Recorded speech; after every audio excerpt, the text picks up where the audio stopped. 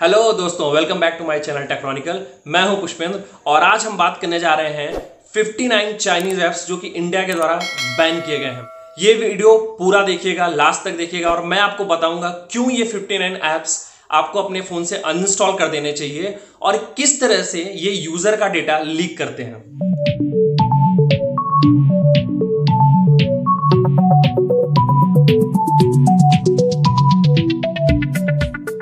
तो चलिए, इस 59 ऐप्स में जो पहला नाम है वो है टिकटॉक का। वैसे मैं टिकटॉक और यूट्यूब दोनों को सपोर्ट करता हूं, बट टिकटॉक एक चाइनीज ऐप्स है और कई बार टिकटॉक को डेटा लीक्स करते हुए पकड़ा गया है। ठीक है। दूसरा है यूसी ब्राउजर, ये भी हमारा डेटा लीक करता है। बहुत सारे ऐसे ऐप्स हैं, टोटल 59 ऐप्स हैं। ठीक है, आप देख सकते हैं, मैं आपकी स्क्रीन पर शेयर कर दूंगा।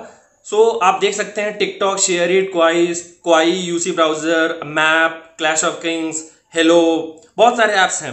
ठीक है, इनमें से कुछ ऐप्स ऐसे हैं जो कि पहले भी प्ले स्टोर से रिमूव कर दिए गए थे, जैसे कैम स्कैनर पर आरोप लगा था कि ये डेटा लीक करता है, तो इसे प्ले स्टोर से निकाल दिया गया था, वापस ये प्ले स्टोर में आ चुका है। इसी तरह आप देख सकते हैं क्लीन मास्टर एमआई के फोन्स में प्री इंस्टॉल्ड ऐप आता है।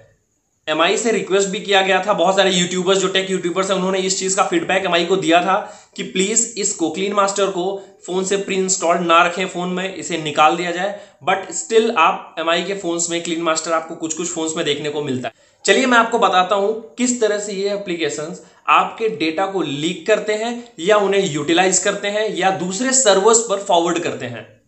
अगर आप रिपोर्ट्स देखेंगे तो एक बार किसी एक पर्सन के द्वारा ये रिपोर्ट किया गया था कि अगर कोई भी ऐप वो खोलते हैं और कुछ देर के बाद अगर टिकटॉक खोलते हैं तो टिकटॉक पर उसी चीज का एडवर्टीजमेंट दिखाया जाता है। ये होता है आपके फोन के लॉग को रिकॉर्ड करके। ठीक है, अगर हम दूसरे ऐप जैसा शेयरिट, तो आप बहुत सारा अपना डेटा एक फोन से दूसरे फोन में शेयर करते रहते हो, उस समय ये डेटा को कैप्चर्स करते हैं।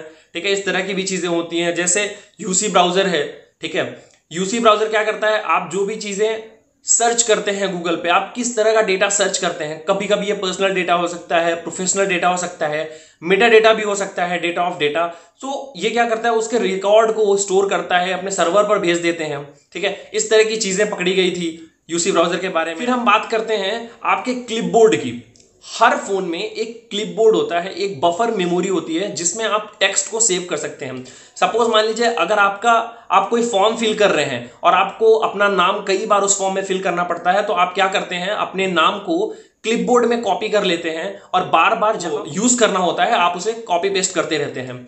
तो बहुत सारे एप्लीकेशंस ऐसे हैं जो क्लिपबोर्ड में पड़े हुए डेटा को रीड करते हैं, उसके बाद उस डेटा को फॉरवर्ड करते हैं। ठीक है, ये एक स्ट्रेटजी है। अब मान लीजिए कि अगर कभी आपने अपने किसी भी आईडी का पासवर्ड आपने क्लिपबोर्ड में सेव किया, ठीक है, तो ये उस पासवर्ड को भी रीड करेंगे। ठीक है, और सबको पता है कि पासवर्ड का एक बेसिक फॉर्मेशन होता है, आपको कैरेक्टर्स यूज करने हैं, अल्फा न्यूमेरिक यूज करना है। तो इस तरह से हो सकता है कोई हैकर अगर इस डेटा को पा जाए, हो सकता है वो आपके आईडी को एक्सेस कर सके उस डेटा के द्वारा। सो ये भी एक तरह का डेटा लीक होता है। क्लीन मास्टर क्या करता है, जो भी temporary file, clean master mostly हम इसलिए यूज करते थे, पहले बहुत ही छोटी, जैसे 1 GB रैम आती थी, 512 GB रैम होती थी, MB। तो उस समय क्या होता था कि हम क्लीन मास्टर का बहुत ज्यादा इस्तेमाल करते थे अपनी रैम को क्लीन करने के लिए। जब हम कुछ भी एक्सेस करते हैं, ब्राउज करते हैं, तो उसका एक लॉग होता है जो हमारे एंड्रॉइड फोन में कहीं ना कहीं स्टोर होता रहता है। ठीक है, टेम्प में या कहीं भी स्टोर होता है वो। तो हम इस क्लीन मास्टर के थ्रू हम क्या करते थे, उस टेम्प डेटा को, टेम्परेरी डेटा को डिलीट करते थे। तो ये क्लीन मास्टर क्या करता था, उसे अपने सर्वर पर फॉरवर्ड कर देता था। तो इस तरह की हरकतें जो थी वो चाइनीज ऐप्स करते हैं। ठीक है, तो ये रहे इन ऐप्स के बारे में, किस तरह से ये डेटा को लीक करते हैं। इन सारे ऐप्स के बैन होने के बाद मेरा आप लोगों से एक सवाल है, जो है पबजी के बारे में। क्या पबजी भी बैन होगा? पबजी एक चाइनीज ऐप नहीं है। पबजी को कोरिया वालों ने डेवलप किया है। ये एक कोरियन ऐप है, सेम एज फोर्टनाइट। ठीक है, ग्लोबल फोर्टनाइट की तरह, जिसमें भी 100 प्लेयर एक गेम में उतरते हैं, सेम पबजी में भी है। तो पबजी चाइनीज नहीं है, लेकिन टेंसेंट जो कि इस गेम को टेस्ट करती है, टेंसेंट के पास लाइसेंस है इस गेम का, और टेंसेंट इसे चाइना में टेस्ट करती है मोबाइल वर्जन। इसका जो मोबाइल वर्जन है वो चाइना में टेस्ट किया जाता है टेंसेंट के द्वारा। सो इस तरह से पबजी जो गेम है वो चाइना से रिलेटेड है। सो प्लीज पबजी एक चाइनीज ऐप नहीं है।